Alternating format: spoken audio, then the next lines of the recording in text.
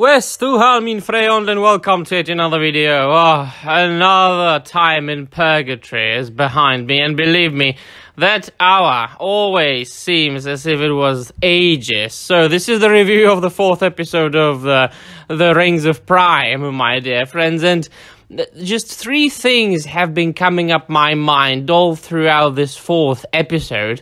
The first one is, how can anyone in the whole world who claims to be a Tolkien fan and has some sort of YouTube channel or a website or whatever, a TikTok account, still call this The Lord of the Rings of Power? When the more we progress, or the more the show progresses, the more it is quite apparent that this is a new story. This is 100% a story made up by Amazon. None of this has ever happened in the history of Arda as written by Professor Tolkien. So this is the first one. Second one, how on earth can anyone like it, even if they have never read any of Tolkien's books? This is absolutely boring. And the third one is the audacity of the showrunners and the screenwriters and the directors to call this one of the greatest TV experiences that we will ever have. Well, but I will get to it when I reach the individual points. So once again, the made-up story is divided into, in this case, 3 to 4 sub-stories, and of course we are following Galadriel, who of course is somewhere she should never be, she should never find herself in, and that's Numenor apparently, where she gets locked up by Miriel. By the way, it's very, very...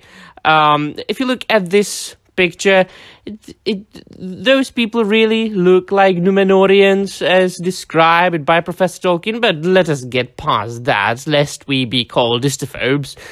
And so she's locked up by Miriel because she dared to go to that tower with Elendil and retrieve the maps and Sauron's symbol of Mordor. And we get to know that elves are not really popular on the island, and people of Numenor are not satisfied with Miriel providing Galadriel with some sort of meeting with her, and they call her elf lover, and they want to resist, they form some sort of rebellion, but then they won't. And we've got Karl Marx giving speech where he says that by his calluses on his hands, elves will never take over Numenor. By the way, if you look at this picture, do you see any calluses on the hand or on his hands? No, it is exactly and precisely what Karl Marx preached. You know, the oppressed. He's really Karl Marx, isn't he? The oppressed will not be oppressed. But he himself has never touched physical labor. I see many parallels between this version of fake Pharazôn and Karl Marx. Galadriel, this version, the fake Galadriel, is even more annoying than in the previous 3 episodes, and she's really competing at being annoying with Miriel. Now, so they go in the end, and all throughout this episode there is this something that we know will happen. The gradual progress from them being like enemies, oh, go girl, we hate each other, so no, go girl, into really, we are friends and we will unite and we will go together to fight orcs and to find Sauron, which of course happens in the end. Right, so they go. And Miriel, I refuse to use the proper pronunciation because these characters are not Tolkien's characters. So I will be using a very strong accent when talking about the names of these characters. So Miriel shows her Palantir, and so they see the fall of Numenor. Sorry, something bleeped.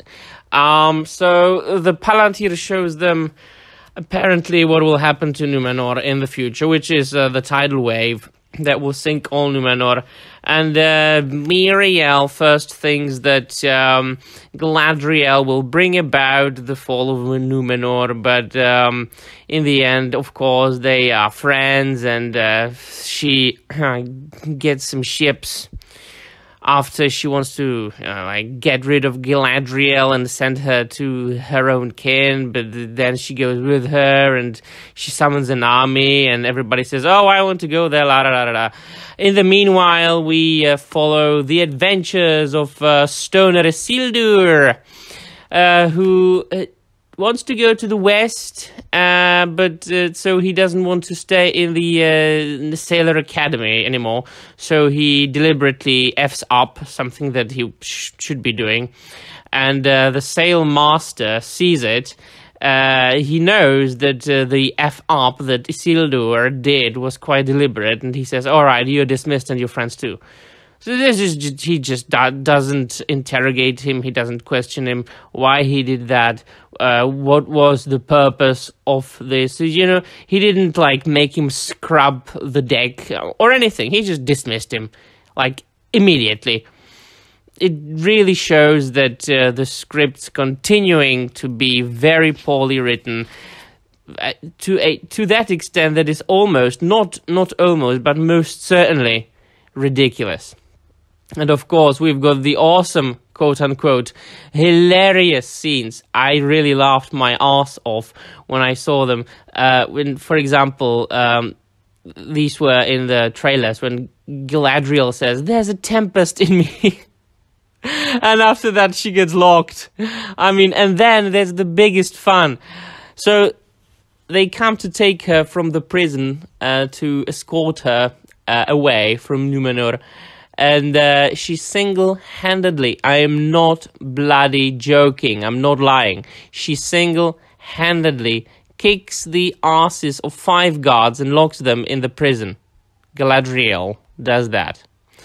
Everything that we have predicted, everything that we have been saying for months and months and months is happening before our eyes, and this is the proof that we have now. But still, let me tell you, the shills will be saying, well, this is exactly what Tolkien wanted, and there have been articles, there have been posts, my dear friends, that by people who are still saying that this is the vision that Tolkien had. Now, can you tell me something more ridiculous? No, this is the stupidest thing I have seen and heard in months. So then we move to Arondir, who meets Adar, the father, who apparently is an evil elf, of course. And so we get to know that he really likes the orcs, because there's this scene where the orc who's been wounded by Arondir is dying, and Adar eases his suffering. He kills him and he cries. He cries because he loves the orcs. So, yeah, and there's this little dialogue between them when Adar says, I am not God, not yet, and you have been told many lies. And something like that is all stupid and all made up. I'm sure it's going to lead into something, some resolution of that original story written by Amazon. So in the meanwhile, the rest of the Southerners, they go to a tower to escape the orcs. There's the mention of Orodruin. Oh my god. Member berries. This episode is full of member berries in the form of words.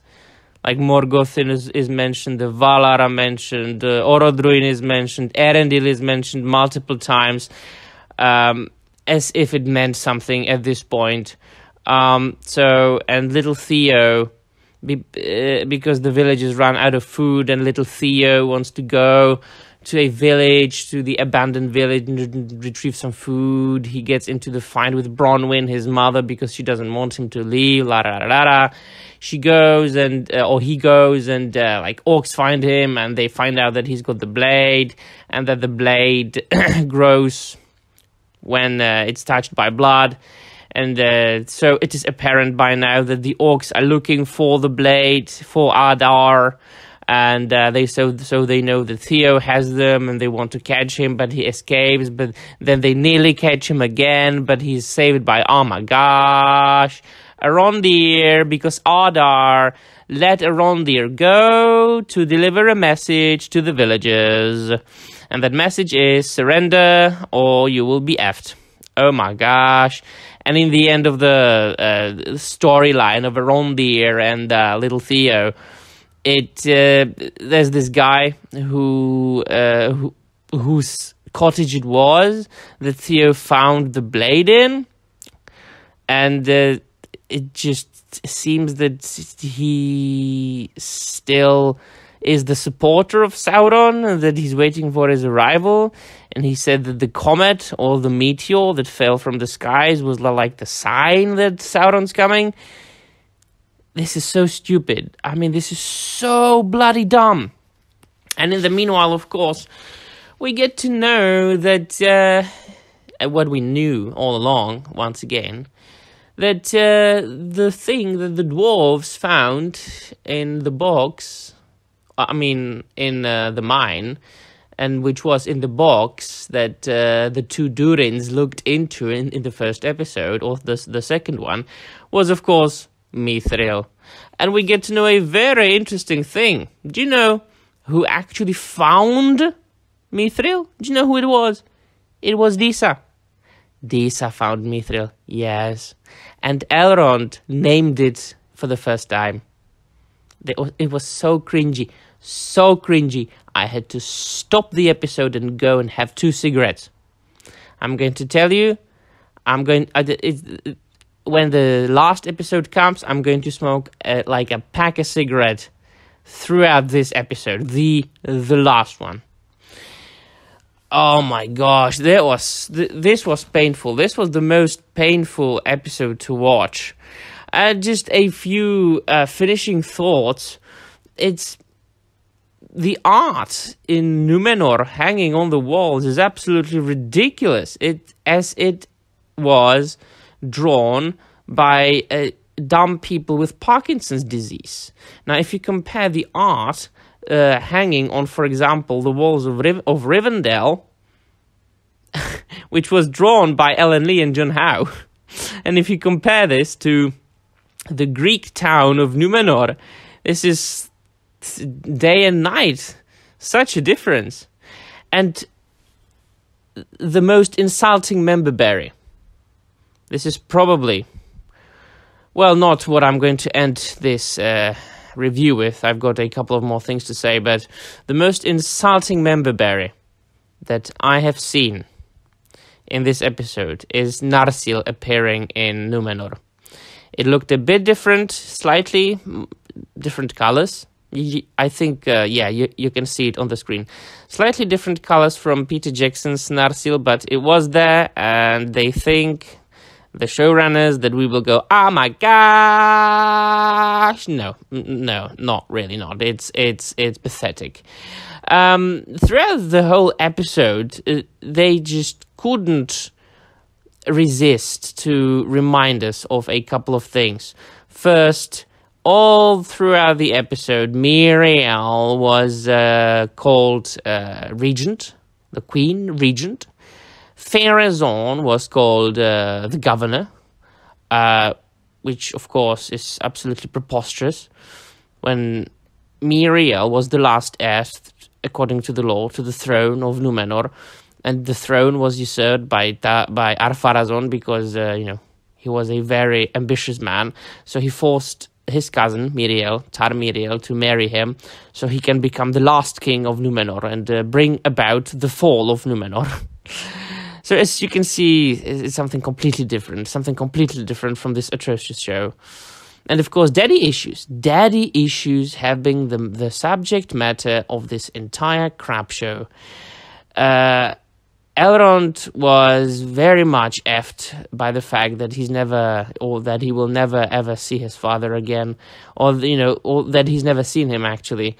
It was implied here, and that he often wonders what he would say, if he would be proud of him or not. So, the absent daddy, and oh my god, talking about Erendil this way, it's so gay. I mean, and then Durin's, of course, they have this struggle between themselves, and then they reconcile, and it's so cringy. It's so bad. It's so bad. So this is one huge, rotten, spoiled, 2 months old goulash of nonsense. And the last thing I just came up my mind randomly. Celebrimbor, or Celebrimbor, he had a couple of lines here.